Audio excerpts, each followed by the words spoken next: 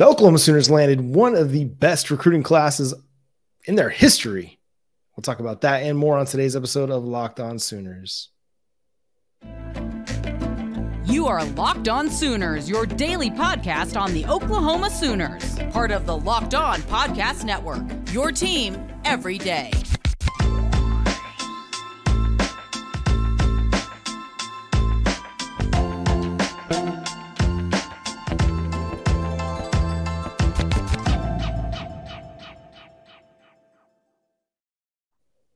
What's up, Sooner Nation? Welcome to Locked On Sooners. Thank you for making Locked On Sooners your first listen every single day. We're free and available on all podcast platforms and on YouTube. Go over there, hit the notification bell to let you know when new episodes drop, and hit that subscribe button as well. Today's episode is brought to you by FanDuel. This Super Bowl, make sure you go to FanDuel, the official sportsbook of Locked On. Make every moment more. Visit FanDuel.com/LockedOn today to get started. My name is John Williams. You can follow me on Twitter at John9Williams. He's Josh Helmer. You can follow him on Twitter at JoshOnRef. You can also hear him Monday through Friday from 9 to noon on 94.7 The Ref in Norman. And Josh, National Signing Day for the Oklahoma Sooners was pretty uneventful for the most part. They had pretty much 99% of their class locked up during the early signing period. But they did land a signature from 2023 three-star over at 247 Sports athlete Taylor Heim out of Bethany, Oklahoma, just outside of the Oklahoma City area. Josh, the Oklahoma Sooners now up to number 4 in the 247 Sports composite rankings. Pretty good cycle for the Brent Venables and his crew. Oh, it's massive. It's been a huge cycle for Oklahoma, them being able to put this thing together. And you know, I actually think that Taylor Heim's got a chance to be a sneaky good little signee late in this class. I'll be fascinated to see sort of where he ultimately slots in for Oklahoma. You look at what 24/7 Sports, what their rating says out there, John. He's the 77th linebacker in this class, according to 24/7 Sports. And I think sort of across the recruiting landscape, if you will, that he's kind of consensusly, if that's a word I can use or make up right here, he's regarded as a linebacker, it seems like, by a lot of the recruiting sphere. But, man, flipping on the tape and watching what I see from Taylor Heim, you know, obviously it's high school and you're translating to the college level. And, you know, what you did in high school, the fact that you played all over, John, isn't necessarily going to be the case in college. But we're talking about somebody that played some safety, played linebacker, I think looks really fluid and can go out and run routes and catch the football. Both, you know, obviously what he did in high school and then at the college level too, John. So I'm really curious to see how he's ultimately going to be used at OU. Sounds like it's on the defensive side of the football, but, you know, after watching some of the tape, I don't think it's the worst idea to split him out wide. No, I'd love for them to get him to campus and see where he fits best. Yes, you can project him as a linebacker. They might have all the intention in the world to play him at linebacker. But you know what? As a true freshman, let him run some scout team wide receiver. Let him kind of be the matchup problem that you might have to deal with on a Saturday when you're going up against a guy who's 6'3", 6'4", and you may not have anybody else. I mean, you've got wide receivers that are young guys that could probably simulate that for you a little bit. But here's another option for you. He's just an athlete. I mean, when he's classified as an athlete, that's just because he could play a lot of different positions for you. I mean, he took some snaps under center or from shotgun in some wildcat situations for Bethany. He's just a really, really good football player. On the defensive side, man, he just plays with speed. He plays fast. He's a physical tackler. He's going to get up in people's faces. He's going to get into the hole, mix it up. He's going to attack downhill. Just a lot to really like. And the fact that, you know, he has wide receiver tight end experience at Bethany is going to allow him to play the ball a little bit more naturally in the air from the linebacker position when he's in coverage. And so I think that just benefits you even more. Oklahoma just loves to get these guys that are athletes like, you know, Heim, Cade McIntyre, Eric McCarty, and kind of project out, hey, we feel like you could be best at this. Or maybe they're even just saying, hey, we want you to play this. You know, Jacoby Johnson's another one of those guys that he could play really well for you at wide receiver. He's going to play cornerback at Oklahoma. We'll see how that all kind of works out with these guys that are dual, are two-way players and start on both sides of the football. But ultimately, like, another really good prospect for the Oklahoma Sooners, a 3-star and a group of 3 stars that brings traits. And I think that's what you're looking for from this group, is guys that are really good athletes. There's something on their tape, their film, their highlight tape, whatever, that just stands out above everybody else. And his size, his athleticism, and his speed for Taylor Heim are the things that stand out and really show up when you're watching him, because everything else you might be able to develop. Now he's a lean guy. So you're going to need the nutrition staff, Jerry Schmidt, to put some muscle on this dude, bulk him up a little bit. That way, when he's playing 60, 70 snaps for you, or 40, 50 snaps for you down the road, he's able to withstand the pounding of that at the college level. Everybody gets bigger. He's going to have to too. But you like what the framework, you like the canvas that you have to work with if you're Brent Venables and his coaching staff at the linebacker position, because he's got size, he's got range, he's got athleticism, going to be able to run. And in a modern college football that is very pass heavy, very fast, it runs, you need a lot of fast athletic linebackers. And he's just another one of a good group of athletic linebackers that Oklahoma is bringing to campus in 2023. So if I mix the transfer portal additions in, John, with the actual 2023 signing class itself, by my count, and this is very juvenile here, this is just an unofficial account or count by me, 22 blue chip guys combined. And I think there were only, let's see here, 1, 2, 3, 4, 5 of those that came from the transfer portal. That would be 4 stars and above. If you hear blue chip and you're like, first time listening to Locked On Sooners, what does that mean? That's what blue chip means. 4 or 5 star transfer portal edition signees. So the fact that you're bringing in, again, that much blue chip talent, John, is the first thing. And I know we've had this discussion before about the 2023 signing class, but that's the first thing that jumps out. Just the sheer overwhelming number of blue chip players. And then the fact that it's not only primarily offensive guys, that's been a problem for Oklahoma in the past. The fact that they do have actually more defensive guys in terms of the blue chip side, I think is incredibly exciting for anybody that, watched Oklahoma struggle defensively this past season, John. And then over the last, decade or so, where it's just been at times lean times for Oklahoma trying to play defense. So that would be a couple of things that really jump out about the signing class for me. I'm curious. I don't know that we've ever really delved into this portion of it. Do you have a strong leaning which way position group for Oklahoma that they did the best job in this class? Like, it's hard for me to pick just one, and it's crazy to say it might be quarterback when it's all said and done just because of Jackson Arnold, but I'm probably leaning almost linebacker or defensive back, and yet then I get pulled back into, well, what about the defensive line guys that they've added in? I don't know that I can narrow down one position group that I feel, okay, that's the best position group Oklahoma signed in this class. And maybe that's the greatest tribute to the class, John. So if you're going to peg me down and ask me to pick one, I'm going to pick defensive back, because, and if you're going to include the safeties and the corners, because you added a 5-star guy in Peyton Bowen, you had 4-star guys in Jacoby Johnson, Makari Vickers, Josiah Wagner. You added a really nice JUCO transfer in Kendall Dolby. Guys like Eric McCarty, who are projected to play probably safety. Day McCullough, another 4-star guy that you added at safety. Like, they did a lot. Reggie Pearson, another transfer addition. They did a lot in this cycle, in this class, this offseason, to really bolster their defensive backfield, and they needed to. They absolutely needed to. They were really light at defensive back. I mean, they were light at linebacker. We've talked about the guys that have, they played more than 900 snaps between the 3 starters, but for how poor they were in coverage, and for what at times they just looked lost out in coverage a lot of the times without Billy Bowman on the field, sometimes having to move Woody Washington from cornerback to safety for a game or two because Billy Bowman was gone. Like, they just didn't have any really good answers. Well, now you've added a ton of guys that have a lot of talent that this coaching staff brought in. They recruited them. They brought them in. And you feel really good about that, because you had to have turnover big time turnover at a position group, and that's one of them. I like the linebacker signings. I think they're great. They're going to be really good additions to this group too.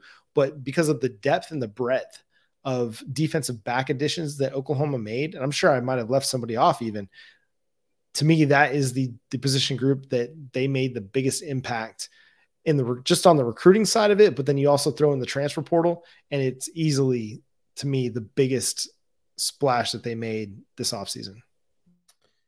Yeah, I think I'm with you too. I think that I think it's got to be defensive back. If I'm not saying like, hey, you got to go edge rusher, defensive tackle, corner, safety, inside backer, outside backer. If we're lumping things together and just going strictly, defensive line, linebacker, cornerback, or offensive line, wide receivers, etc., I think it is just the overwhelming ads that they've had across the board in the defensive backfield are so impactful, seems like, in this signing class. But that's an interesting question. I mean, I think Oklahoma's done a really good job in a lot of different areas with this signing class.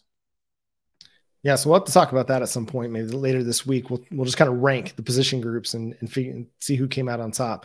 But next, we're going to talk about some more interesting schedule stuff, some early exit stuff. Dennis Dodd wrote a great piece over at CBS Sports. We'll dig into that and what it means for Oklahoma and Texas after the break. The Super Bowl is here, John. FanDuel.com/LockedOn, where you can make every moment more. The Super Bowl lines, they are set. If it hasn't changed, it was Philadelphia 1.5 favorite over Kansas City. That over-under was at 49.5.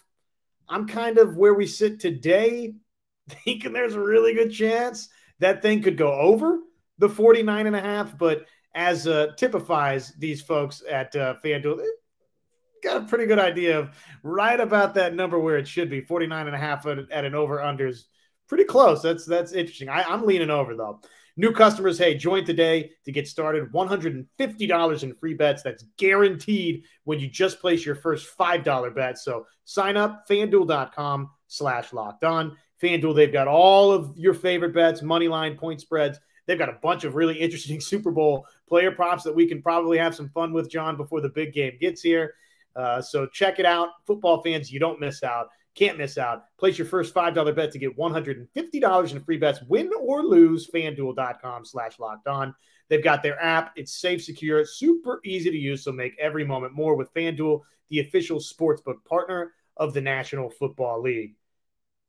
The Big 12 schedule coming out this week, John, and again, the hold up to it, and then Oklahoma and Texas's response to said schedule that we finally got, right?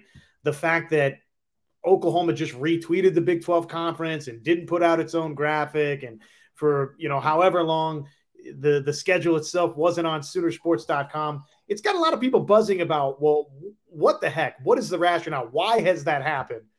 Well, Dennis Dodd of CBS Sports hasn't necessarily answered all of those questions, John, but again, he's back to the well here of, is some of this connected to the fact that Oklahoma and Texas are, again, working the back channels, trying to work the negotiation portion to get out of the conference? I mean, anything's possible. I mean, if they think that they might still be able to find a way to get out of the Big 12 this year, maybe that's why they're not like putting their OU media department on, hey, let's create some fun graphics to release the schedule. Maybe it's the way the schedule came out, or how they found out about the schedule. Maybe it's some of the aspects of the schedule that they're not too thrilled about. Maybe it's just the behind the scenes negotiations that are going on, that, whether it's Fox that's kind of holding things up. I don't think the Big 12 is all that concerned with like, hey, we got to hold Oklahoma and Texas to the originally agreed upon agreement. I think they just want to do what's best for the Big 12 and what's best for business. I don't think that they're trying to stick it to Oklahoma or Texas, but I do think that there is some element there that, hey, Joe C., Joseph Harraz, like the administration, they're not thrilled with the way this all transpired. And Chris Del Conte down at Texas, like there's definitely a concerted effort between the two schools to, I don't know, not show a whole lot of exuberance over this. And maybe that's just kind of a negotiation tactic, a strategy on their part to be like, okay, go Big 12, have your fun, enjoy it. We're kind of lame duck in this conference. We'll do the best we can to make y'all some money before we go, but we're not really where we want to be. We want to be in the SEC. And I get that. I mean, if you're in a job that you don't really care for, or you're in like the last 2-3 weeks of your job and you feel like you got something better coming down the road, like you may not be as excited about being in your job because you're thinking about the next thing. You're more focused on what's next. You have more energy in what's next. So I don't know. It's an interesting thought, because I mean, Dennis Dodd writes about how, Oklahoma and Texas went to the Big 12 with an offer on an early exit, and it was just rejected, sent out to half court by Dikembe Mutombo with a finger wag, and no, sir. Now, I mean, it's all negotiations. There's no like firm deadline on this until, they start playing games, I guess, in the fall of 2024. But you'd think that there wouldn't be this outright rejection of it. But again, just part of the negotiation process. And I mean, maybe it wasn't an idea to get out for this season. Maybe that was the offer was, hey, we're going to try and be out by the 2023 season. And that got rejected. And that's what has Oklahoma and Texas in their feels. Yeah, I think that's the interesting thing here, right? From Dennis Dodd is, I mean, he's put his name to it, which,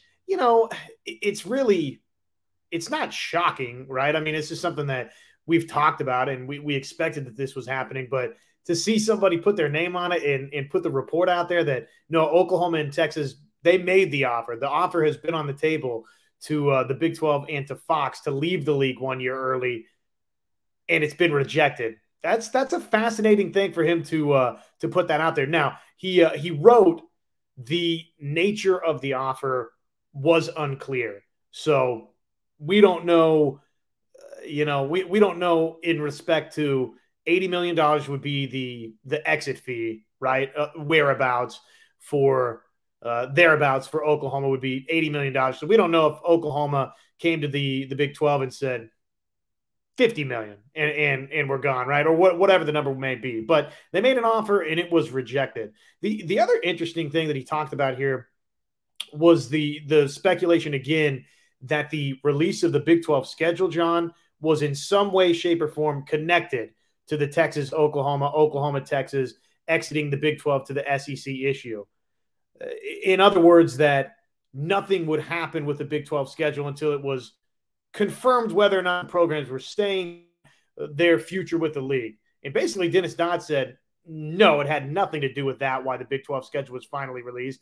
It had everything to do with just simply the deadline for both ESPN and Fox to say, hey, here's the schedule, because guess what? TV partners, it's contractually written in there. We need to know what the schedule looks like by X date. And obviously, we were right here. The other thing he touches on, time's running out, as we knew, John, for the potential early exit. So if you believe that any of that matters, I've kind of shrugged my nose up a little bit at some of that, just because I think, push comes to shove here. The contract can say what the contract says, but when all parties agree that it's best for OU and Texas to leave 1 year early and everybody feels like, okay, we're mostly getting made whole, I still think that even though the language of the contract might say the hourglass is running out, John, that they could still get this thing done. But Dennis Dodd's at least putting it out there that, time is running out on a potential early exit for both Oklahoma and Texas, according to at least what the contract says. Yeah, and I think a lot of this is just going to come down to Fox Sports and what Fox is willing to deal with or not deal with. Like, maybe they're just going to hold Oklahoma and Texas feet to the fire and say, no, you're playing out the media rights agreement that you signed, and we're going to get the benefit of your presence in the Big 12 for as long as we have it. And no, we're not going to let ESPN, our competitor, have it early, and which is well within their contractually agreed upon right. Like, they have the right to hold Oklahoma to that fire. Now, does the Big 12 want that hanging over the conference's head for the next year and a half? Probably not. Does Fox care if that's hanging over the Big 12's head for the next year and a half?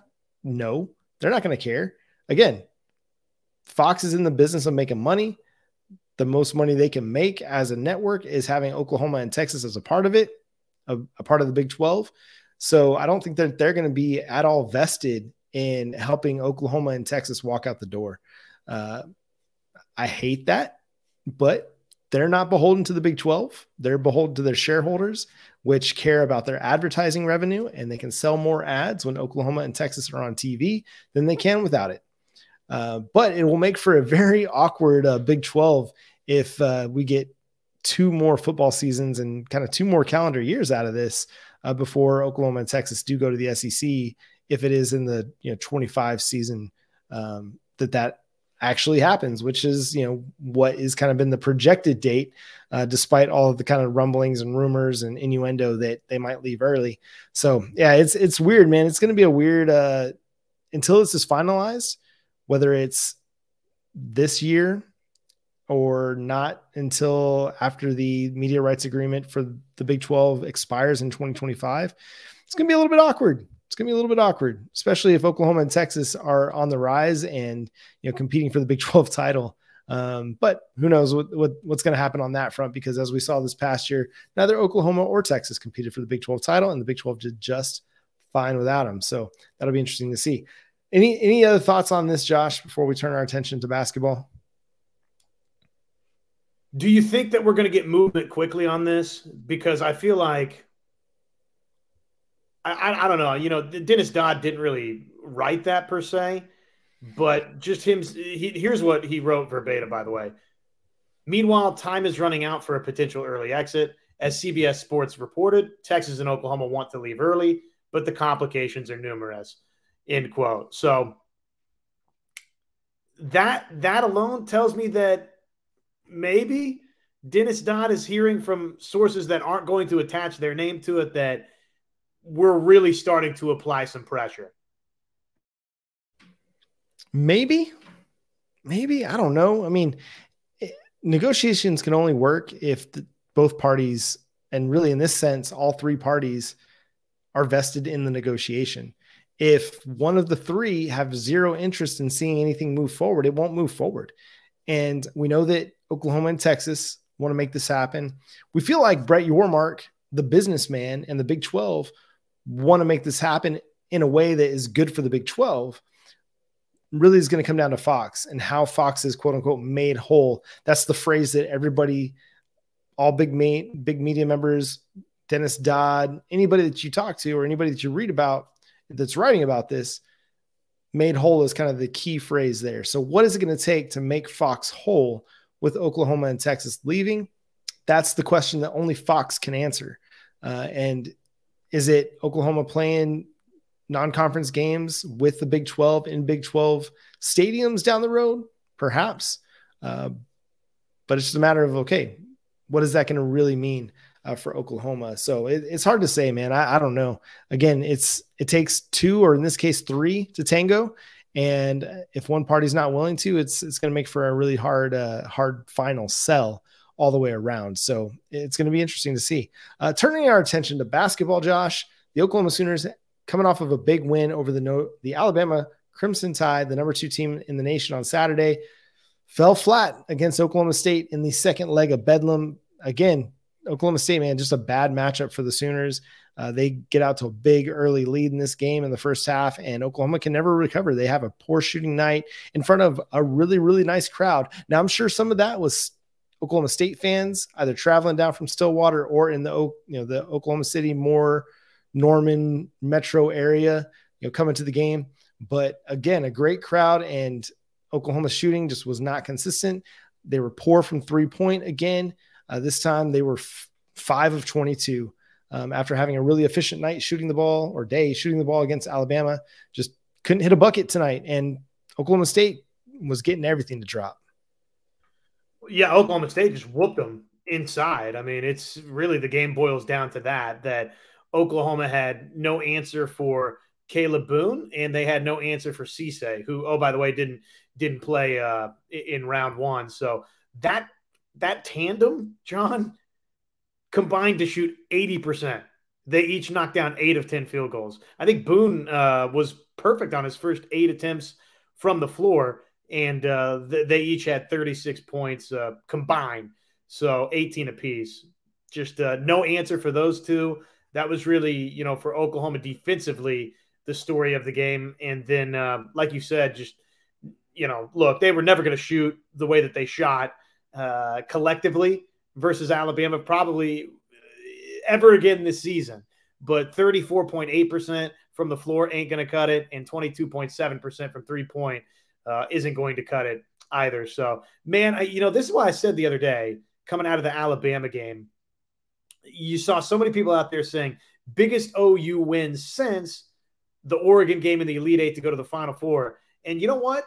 Given that you hadn't beat a top 2 AP opponent dating all the way back to Kansas in 2002, number 1 Kansas then, it's like, okay, yeah, no, I understand that. It's one of the biggest wins in recent memory, but it only remains one of the biggest wins in recent memory if you use that to springboard yourself into the NCAA tournament.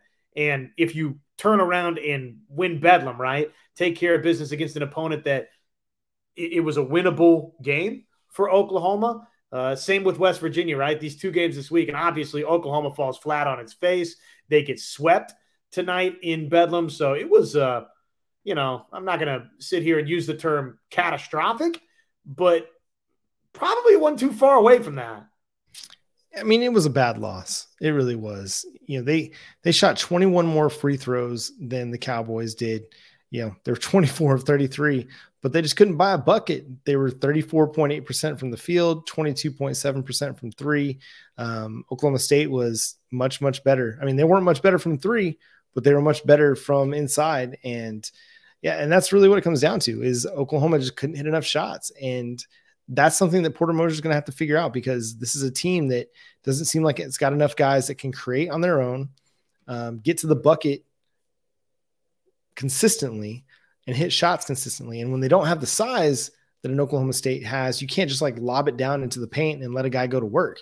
Even one of your more efficient players that has some good post game, Jalen Hill, he had a really bad night, 0 for 6 after having a great night or great day against Alabama the other day, and has been probably your most efficient shooter, your most efficient player over the last few weeks. So just all around, not a great night. Hopefully they can turn it around before they do face off against West Virginia, because the opportunities are running thin for the Oklahoma Sooners to make their case for an NCAA tournament bid, Josh. Yeah, and again, just in closing on this game, if you're not looking at or haven't looked at the final stats, maybe either earmuffs or just don't look at them, but Oklahoma got creamed on the glass in this game, 42-32 on the rebounding total in general, 14-6 in terms of offensive rebounds in this game. So when I say that Boone and Cisse were the difference for Oklahoma State, John, Boone and Cisse were the difference. And then just in general, Oklahoma State's rebounding, what they did on the glass and in the interior in the paint. I mean, that was this game in a nutshell. Oklahoma just got beat soundly in those regards. And I want to hear Musa Cisse pronounce his name, because I wonder if it's not pronounced a little bit differently and we just don't know it yet. But that's just based on my background and people I've known, and because I've seen that name before, but it's pronounced Isse. But that's just me. Anyway, I'm not trying to correct you. I heard them say it all evening on the broadcast too. I'm just curious what he or his family, how they would pronounce it. Anyway, that's just me. Sorry. That's an aside, but that's going to do it for today's episode of Locked On Culture. Locked On Sooners. Thank you so much for being a part of the show, and subscribe to the show wherever you get your podcasts. We're free and available on all platforms. Make sure you follow Josh on Twitter at Josh on Ref. Follow the show on Twitter at Locked On Sooners. Follow me on Twitter at John9Williams, and go interact with us over there. Make sure you're interacting with us on YouTube and around for the live show next Monday night as well. But until next time, he's Josh Helmer. I'm John Williams. We'll talk to you then. Boomer Sooner.